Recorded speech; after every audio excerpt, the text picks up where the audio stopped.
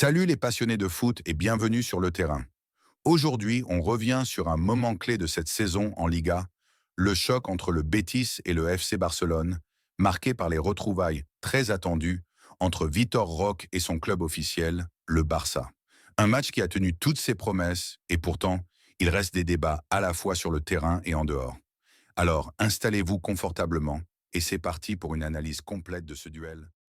Slow up, no I don't take shit. I got no love for the fakeness. I wanna play tough and wanna hate this. I'll always show up. I don't ever slow up, no I don't take shit. I got no love for the fakeness. If you wanna play tough and wanna hate this, I'll always show up and make a statement. I don't ever slow up, no I don't take shit. I got no love for the fakeness. If you wanna play tough and wanna hate this, I'll always show up.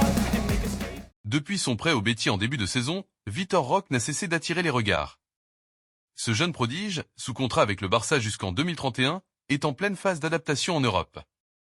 Mais ce match contre Barcelone représentait bien plus qu'une simple rencontre. C'était l'occasion pour lui de prouver sa valeur face à son club de cœur, et aussi de répondre aux attentes des nombreux supporters culés qui suivent son évolution de près. Lors d'une interview d'avant-match, Vitor Roque n'a pas caché son excitation, mais aussi son anxiété. Il a déclaré: jouer contre Barcelone, c'est quelque chose de spécial.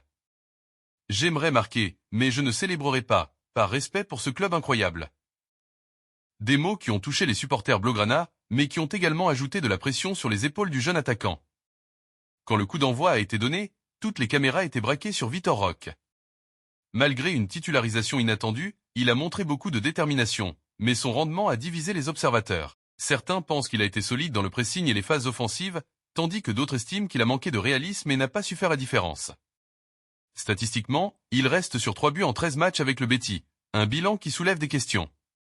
Cependant, ce match restera un moment clé dans son parcours. Pour le FC Barcelone, la soirée a été amère.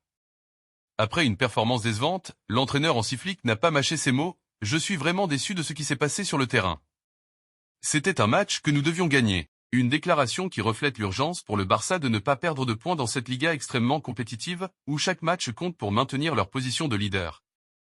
Après le match, Vitor Roque a partagé ses émotions: « En plus de jouer contre Barcelone, j'ai retrouvé des amis et vécu un moment unique. J'espère sincèrement porter à nouveau ce maillot dans un avenir proche. » Des paroles pleines d'espoir qui montrent son attachement au Barça. Pourra-t-il revenir dès la saison prochaine? La décision appartient au club catalan, qui devra évaluer son évolution au Betis et sa capacité à s'intégrer pleinement dans l'équipe première. Pour conclure, la grande question reste ouverte. Barcelone doit-il rappeler Vitor Roque dès la fin de son prêt ou lui laisser plus de temps pour s'adapter? Dites-moi ce que vous en pensez dans les commentaires.